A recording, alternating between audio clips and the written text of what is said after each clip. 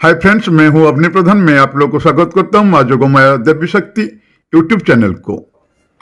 तो दोस्तों, आज आपको हम बताएंगे सुख समृद्धि देने वाला बंदा कौन सा तिथि में और कौन सा नक्षत्र में उसे घर को निमंत्रण देकर लाना चाहिए। तो फ्रेंड्स, इसके बारे में बताने से पहले मैं आप लोग को यहाँ कहना चाहूंगा कि अगर आपने हमारे YouTube चैनल को सब्सक्राइब नहीं किया तो नीचे दिया गया लाल बटन, उसके बाद में घंटी ऑप्शन को दबाकर हमारे चैनल को पहले सब्सक्राइब करें। अगर वीडियो पसंद आए तो लाइक करें, कमेंट करें, शेयर करें। जी हाँ दोस्तों, शेयर तो जरूर करें, क्योंकि आपकी एक शेयर किसी की जिंदगी में उजाला ला सकता है, तो शेयर जरूर करें। और एक बात याद दिलाना चाहता हूं कि अगर आपने मानसिक देवी माँ योगमाया को अपने घर में प्रतिष्ठा करना चाहते हो, सुख समृद्धि देने वाले बंदा का प्रतिष्ठा और महालक्ष्मी यंत्र प्रतिष्ठा, गृह दोष का खंडन और नवग्रह हवन, ये सब करना चाहते हो तो हमारे पंडित के द्वारा तो आप हमें इस नंबर पे कांटेक्ट कर सकते हैं।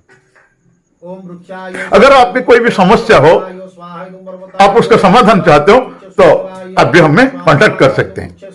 तो चलिए दोस्तों, जानते हैं नक्षत्रीय बांदा तंत्र, कौन सा नक्षत्र में कौन सा बांदा घर को लाना चाहिए।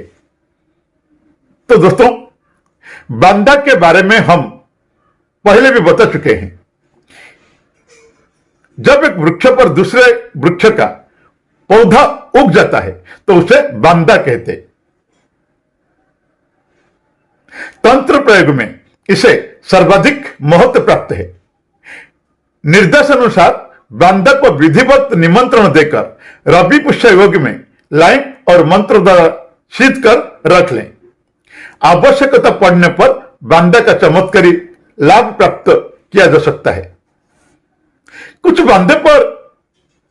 वृक्ष पर बांदा नहीं उगता है, लेकिन जिन वृक्ष पर बांदा होने का उल्लेख ऋषियों ने किया है, उन पर भी इसकी उपस्थिति दुर्लभ अथवा कल्पना मात्र ही प्रतीत होती है।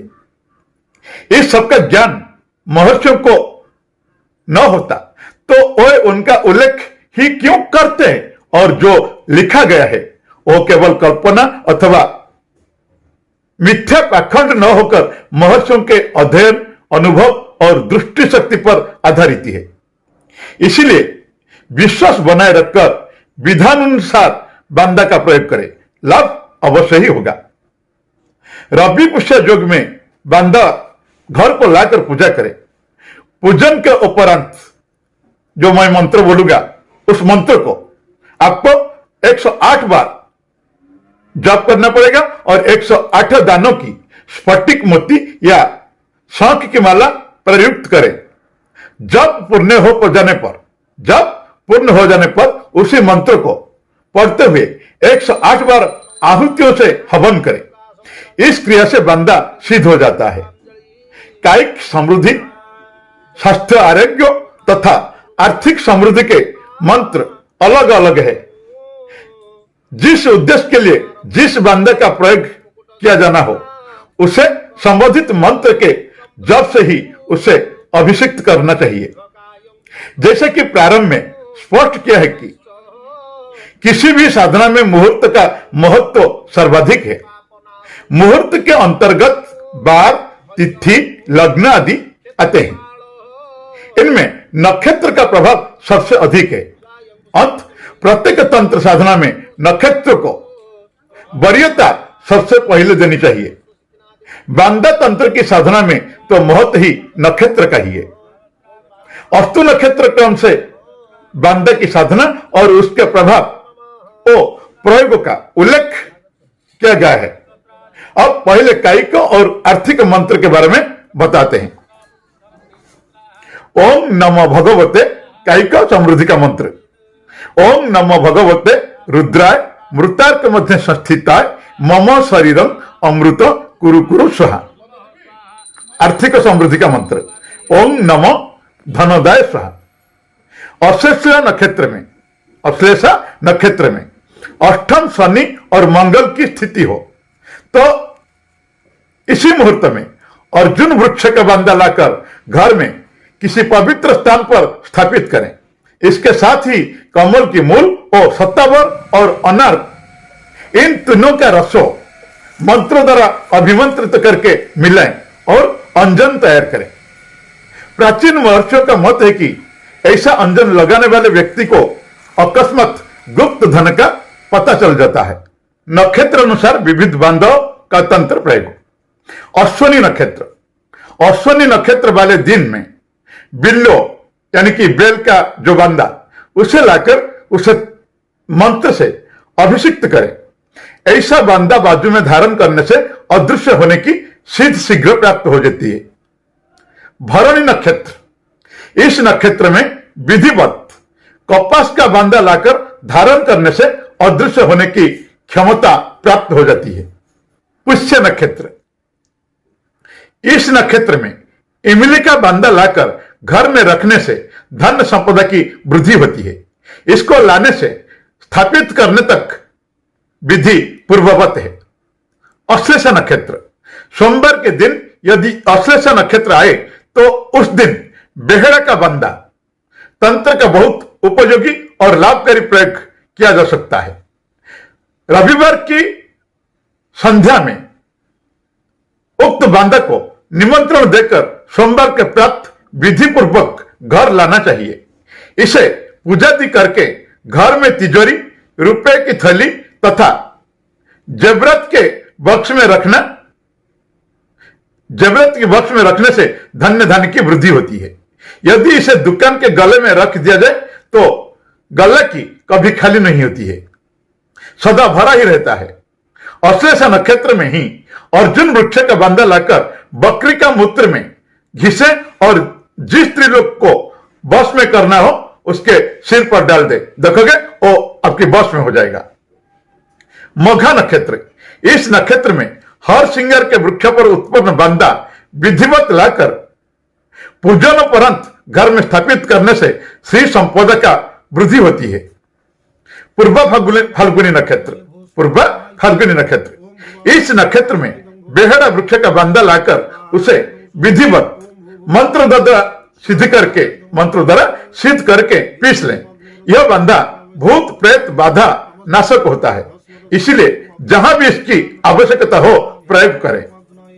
उत्तरा फाल्गुनी नक्षत्र, आम का बांदा इस नक्षत्र में लाकर कवच में भरकर भुजा पर धारण करने से दाम्पत्य जीवन में प्रेममय होता है।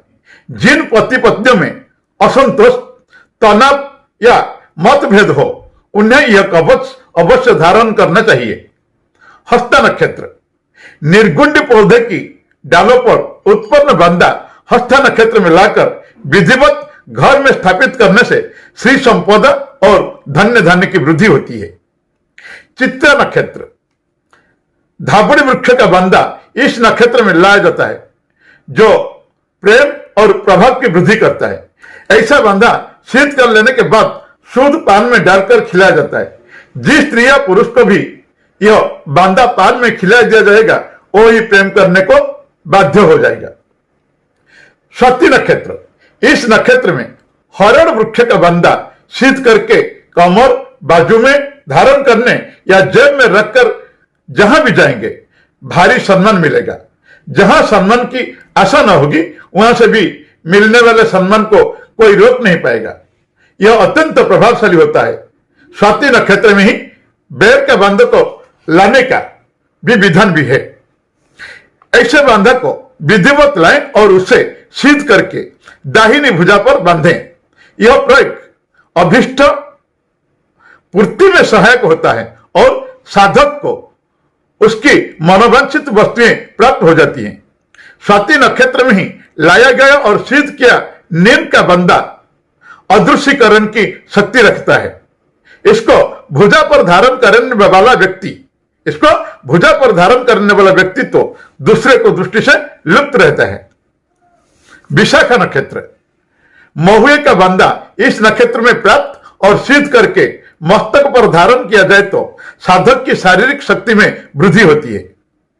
अनुराधा नक्षत्र, इस नक्षत्र में कन्नेर का बंदा लाकर उसे मंत्राभिषेक करके दाहिने बाजू पर धारण करने से शत्रु और विरोधी जन शांत हो जाते हैं तथा इसी नक्षत्र में रोहित वृक्ष का बंदा प्राप्त करके उसे विधिवत सिद्ध करके मुख में धारण करने वाला साधक दूसरे को दृष्टि से अदृश्य हो जाता है। दोस्तों, सामान्य रूप से अदृश्य हो जाना अविश्वसनीय प्रतीत होता है।